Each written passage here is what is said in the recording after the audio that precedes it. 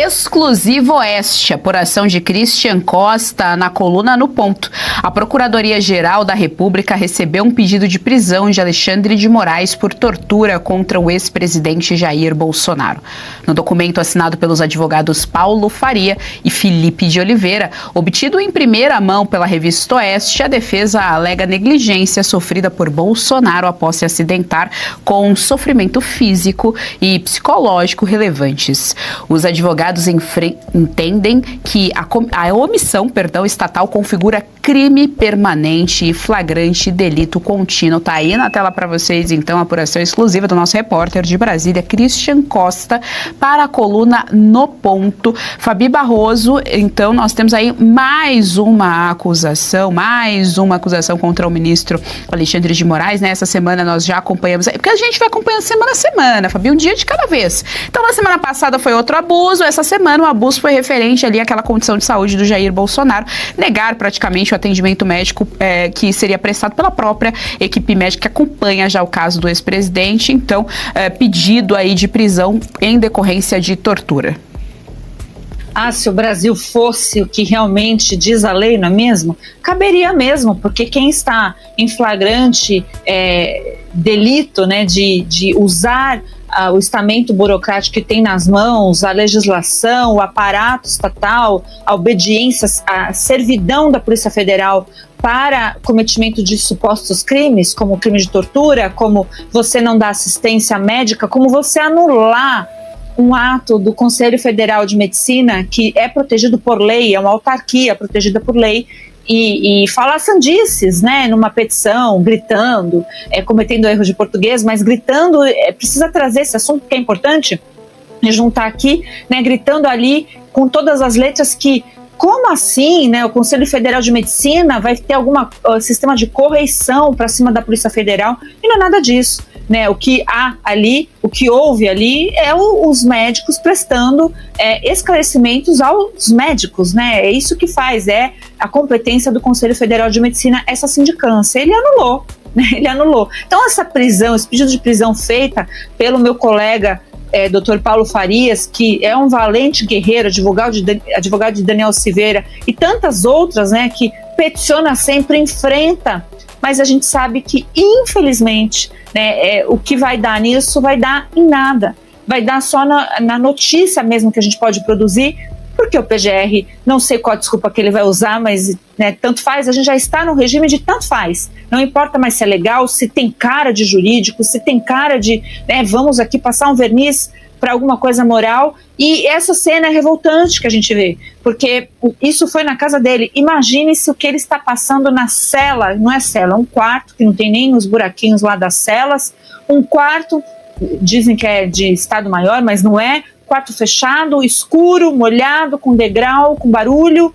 Este homem não teve solucionado, depois de ter passado as cirurgias para solucionar essa parte dos soluços, com um medicamento mega forte, onde os médicos falaram na coletiva de imprensa, e sem o fracionamento devido da comida e muito menos da medicação. Então é isso, tempo de prisão. E se a prisão fosse estabelecida por esse abuso de poder e um tanto de outras violações legais, teria que se estender a outros agentes políticos e públicos. Mas a gente percebe que quem poderia fazer alguma coisa, que neste caso especificamente é o Senado, está curtindo uma série, surfando uma onda, tirando uma risada na nossa cara aqui, que permanece. Janeiro para todo mundo, quase todo mundo é mês de trabalho. Serrão, tá então a apuração exclusiva da Oeste, Dr. Paulo Faria pedindo prisão do ministro Alexandre de Moraes ao Paulo Gonet. Uma reação importante. Agora, curioso é que quem deveria estar cuidando desse caso aí é o advogado de Jair Bolsonaro, a equipe que o assessora juridicamente. Foi estranho ontem, naquela entrevista coletiva que a gente transmitiu, vimos lá o médico, a Michele e Carlos Bolsonaro, e não vimos o advogado de Bolsonaro.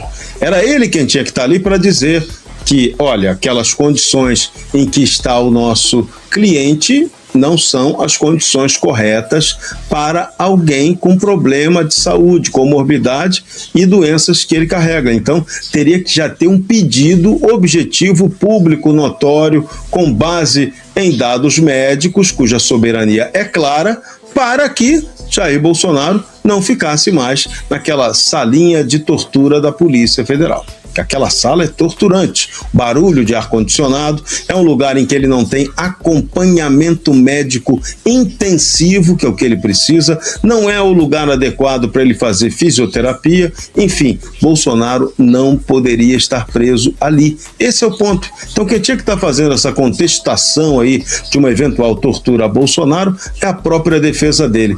Por que não está fazendo? Nem Freud explica. Fabi, eu quero te ouvir sobre esse ponto que o Serrão levantou aqui. Ontem, na edição do JDO, nós trouxemos aqui a nossa audiência, a cobertura, e depois eu fiz também a mesma pergunta para a doutora Kátia. Eu quero ouvir agora de você, operadora do direito. Tem se levantado justamente uma questão meio frouxa, digamos assim, uma questão menos incisiva, digamos assim, da defesa do ex-presidente Jair Bolsonaro. A minha pergunta é, isso é normal? A defesa pode ser mais incisiva diante de tudo que tem acontecido no nosso país nos últimos 6 anos do ponto de vista jurídico?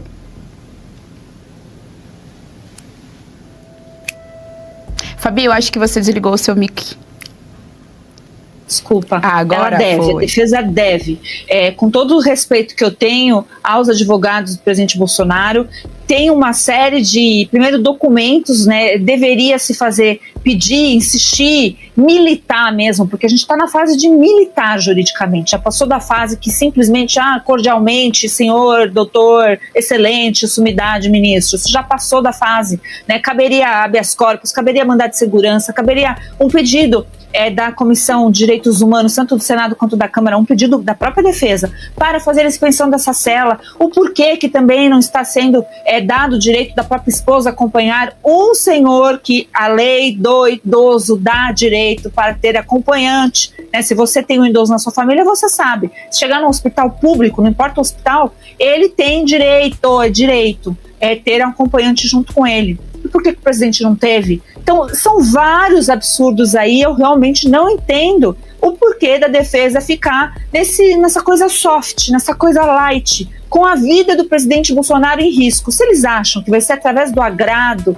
da pompa, da circunstância, que o Moraes vai conceder a domiciliar, não vai. Os poucos casos que a gente viu onde o Moraes dá uma recuada, dá uma voltadinha atrás, por exemplo, o caso do Chiquini, onde ele tinha tirado o Chiquini do processo, lá do Felipe Martins, depois voltou, foi onde houve uma pressão popular gigantesca, mas dada a denúncia do advogado de algo assim absurdo, eu tenho certeza que os advogados do presidente Bolsonaro têm nas mãos muito mais coisas que a gente não sabe, que o presidente Bolsonaro está passando, e que a violação de direito fundamental é contínua. Aí sim, meu amigo Paulo Faria tem razão, é crime permanente, esse crime não é cessado. Permanentemente o presidente Bolsonaro está sendo submetido a série de torturas físicas e psicológicas também.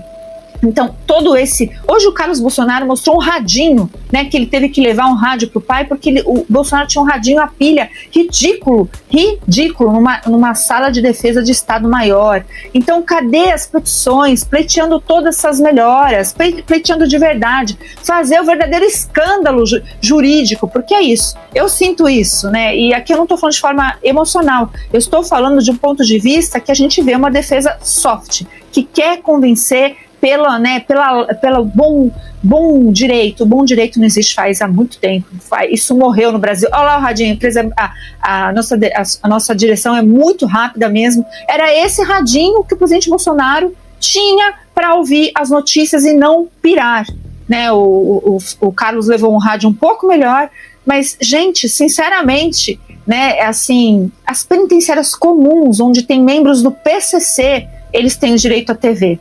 Né? Então, é difícil a gente lidar com isso e ver a defesa, por exemplo, a defesa não está presente. É o cúmulo. Ela tem que ser a voz do presidente Bolsonaro, não somente no mundo judicial ali, mas prestar essa assistência, inclusive fazer publicações para a própria imprensa, não aquela coisa com português difícil que vem sendo feita apenas em rede social. Lembre-se de se inscrever, juntar-se a nós, se ainda não fez isso, e ao final de deixar o gostei ou não gostei. O título é Soberania Relativa. A soberania foi o assunto, né, dos dias posteriores que se seguiram à captura de Maduro. Soberania entrou na pauta e tem sido evocada agora com a captura de Maduro e antes com a Magnitsky em Moraes, né? Quando houve a sanção com base numa lei do Congresso americano que pune os que desobedecem direitos humanos, que infringem direitos humanos. Não, mas invadiu nossa soberania. Não, é a lei de lá, aplica em quem quiser, no mundo, né?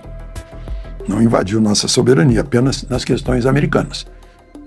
Tiver conta lá, um banco daqui que tem conta, que tem filial lá, tem que seguir, não? Senão a filial vai ter que sair. Mas já foi levantada essa Magnitsky do Moraes. Por um longo período defendíamos que o povo é que é soberano. A gente sempre disse isso nas ruas, nos comícios, de esquerda, de direita ou de centro. O povo é soberano. Nota do governo Lula diz que a captura de Maduro foi, aspas, uma afronta gravíssima à soberania da Venezuela, fecha aspas. Aí eu lembro que Lula, no meio do primeiro ano do atual mandato, afirmou sobre eleições na Venezuela e defendendo Maduro, naquela reunião de presidentes latino-americanos aqui em Brasília, que, aspas, o conceito de democracia é relativo, fecha aspas.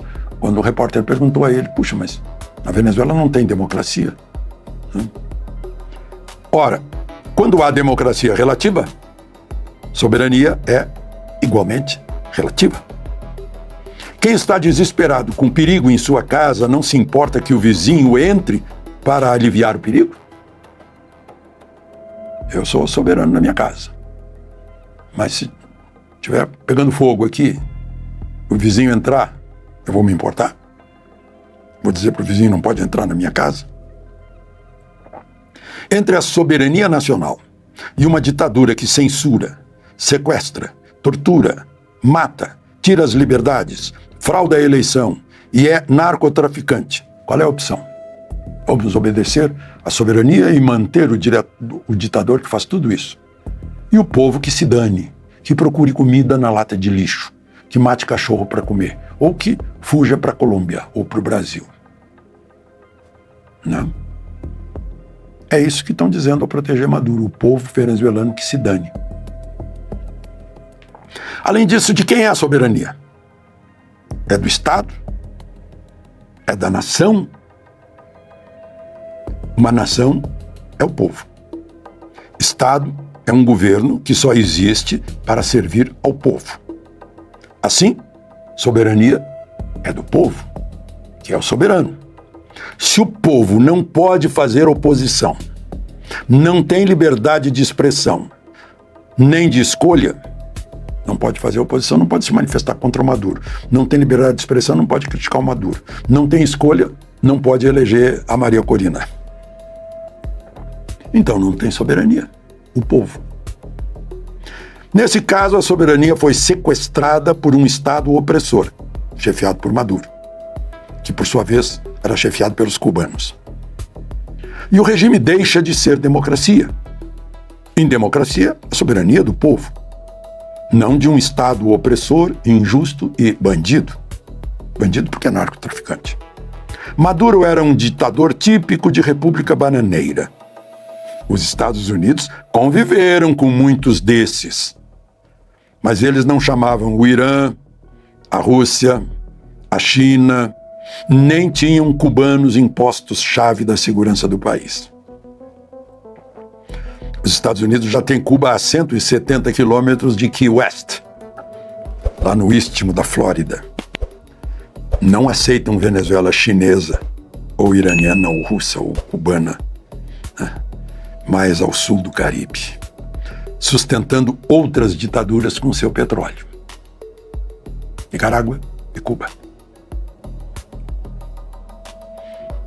Agora é uma lembrança. O Brasil não defendeu a soberania da Guiana quando Maduro anexou Esequibo no mapa da Venezuela. Nem ligou para a soberania do Uruguai quando cercou Montevidéu, esquadra brasileira chefiada por Tamandaré. Para tirar o presidente Blanco Anastácio Aguirre e entronizar o coloral Venâncio Flores. Só quem protestou foi Solano Lopes, E essa foi uma das causas da Guerra do Paraguai. O governo Lula não se importou com a soberania nacional quando Evo Morales ocupou as dependências da Petrobras na Bolívia.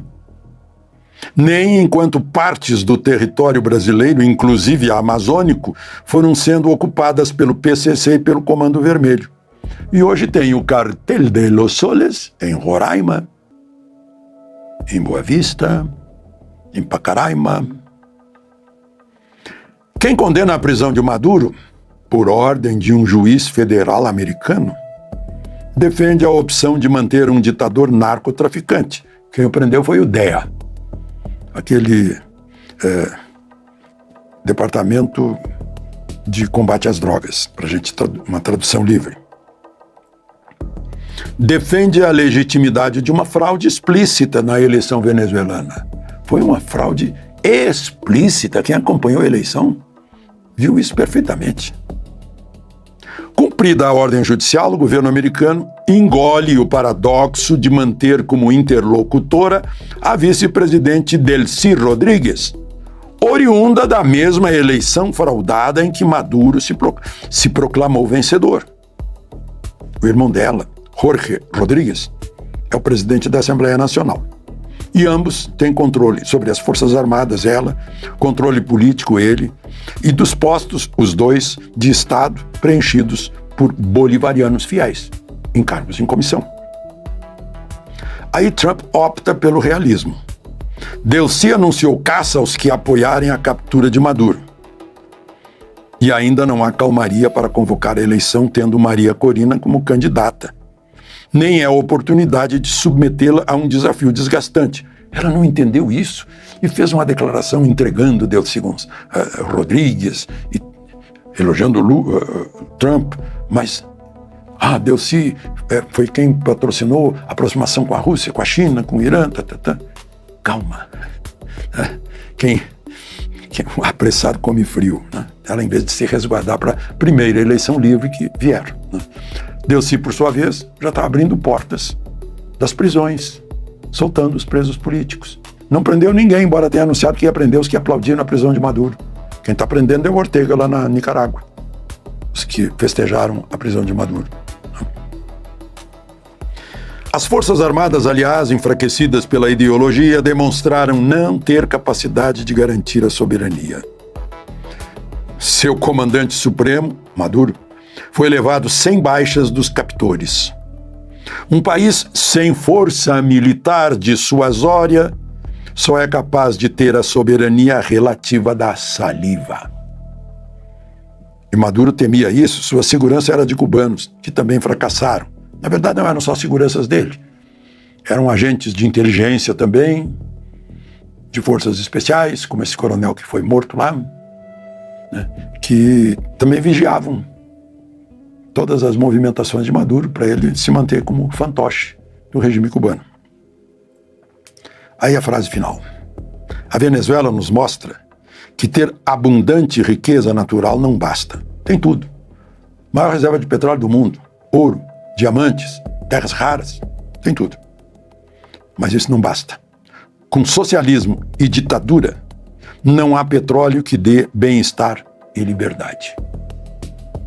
E mostra também que fraude em eleição é fraude na democracia. Se algum amigo seu de algum país do mundo, um gringo, te mandasse uma mensagem agora perguntando: e aí, amigo, tudo bem? Qual é o maior escândalo que está acontecendo no seu país hoje em dia? O que você responderia? Não, é sério. Porque são tantos acontecendo simultaneamente que dá uma dúvida, né? Nós temos o filho do presidente envolvido num escândalo de lavagem de dinheiro. Nós temos o escândalo do INSS, o escândalo do Banco Master, que por si só é um que deveria acabar com a República, né, de uma vez por todas. Então são tantos escândalos acontecendo. E aí no Banco Master tem subescândalos, né? Nós temos ali os influenciadores digitais sendo pagos para atacar o Banco Central.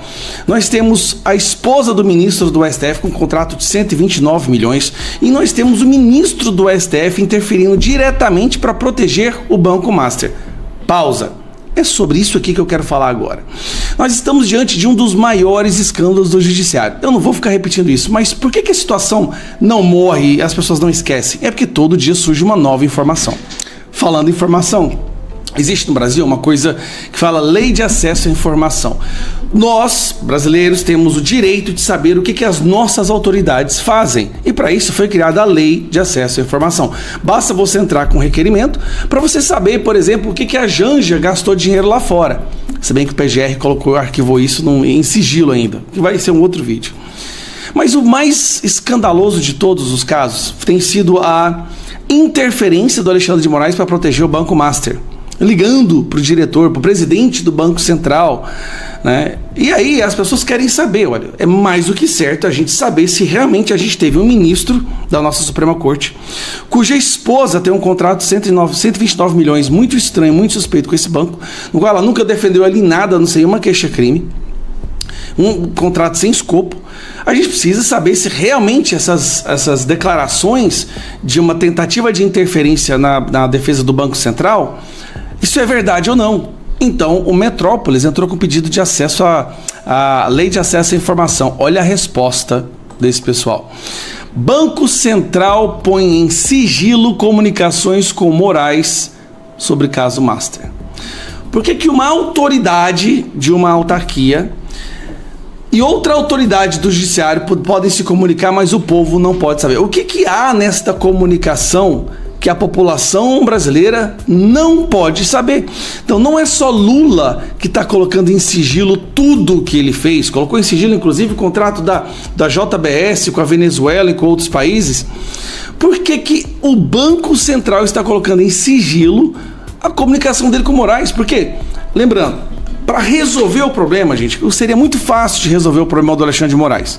Ele está descredibilizado agora por quê? Há denúncias de que ele interferiu, ele cometeu um crime, né? Deu uma de advogado para interferir na proteção do Banco Master. Era simples, era só mostrar a conversa entre eles, era só mostrar que isso não aconteceu. Não, o Banco Central colocou em sigilo os registros das comunicações entre autoridades do órgão e o ministro Alexandre de Moraes do Supremo Tribunal Federal a respeito do processo da liquidação do Banco Master. Se a situação já estava podre, agora, meu amigo, está completamente apodrecido. A coluna pediu, por meio da Lei de Acesso à Informação, todos os registros de reuniões e comunicações que digam respeito ao caso do Banco Master. O Banco Central negou o acesso total aos registros, alegando a proteção de dados patrimoniais e informações pessoais. Ao fazê-lo, o Banco Central colocou sob sigilo informações básicas, como trocas de mensagens, datas e registros de reuniões. Gente, registros de reunião, data, isso aqui não coloca informação pessoal patrimonial em risco de forma alguma. Em geral, a prática dos órgãos públicos é tarjar as informações sensíveis ou protegidas por lei, que possam expor dados pessoais. O restante é fornecido, ou seja, eles não querem fornecer nada. Recentemente, o ministro do STF, Dias Toffoli, foi criticado por colocar em sigilo o processo do Banco Master. O ministro Alexandre de Moraes teria pressionado o presidente do Banco Central, Gabriel Galípolo, em favor do Banco Master, segundo revelado. Bom, até aí vocês já sabem. Voltando aqui. O Banco Central colocou em sigilo a única coisa que poderia provar que o Alexandre de Moraes não fez o que estão dizendo que ele fez, o que a Malu Gaspar está dizendo que ele fez. E é este ser, Alexandre de Moraes, que está prendendo pessoas todos os dias por palavras, porque alguém acusou alguém sem ter prova alguma. Então, para provar que ele não é 2 pesos e 2 medidas, ele tem que se prender.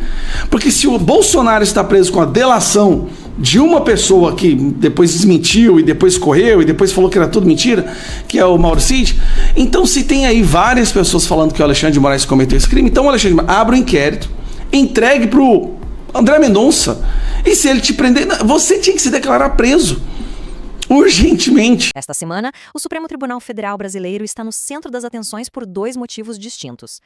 Um ministro do STF é o pivô de 2 controvérsias que estão sendo acompanhadas de perto. A primeira delas, advogados entraram com uma petição na Procuradoria-Geral da República contra o ministro Alexandre de Moraes. A alegação é de negligência com a saúde e as condições de detenção do ex-presidente, um crime continuado. O documento detalha as queixas sobre as condições da detenção, que são bastante específicas. A segunda polêmica envolve o mesmo ministro, mas desta vez a relação é com o Banco Master e o Banco Central. A questão gira em torno de um contrato noticiado de 129 milhões de reais entre o banco e o escritório de advocacia. Surgiram alegações de que o ministro teria conversado com o presidente do Banco Central sobre a liquidação da instituição. Para apurar os fatos, um veículo de imprensa fez um pedido com base na Lei de Acesso à Informação. O pedido buscava registros de reuniões e mensagens, mas a resposta do Banco Central foi uma negativa total. Essa negativa total foge ao procedimento padrão, que seria apenas ocultar informações consideradas sensíveis. A decisão levanta questionamentos sobre a base legal para manter todas essas comunicações em sigilo absoluto. Tanto a petição quanto a controvérsia do banco convergem para o mesmo ponto: a conduta do magistrado. No centro do debate fica a questão sobre o equilíbrio entre o sigilo institucional e a transparência pública.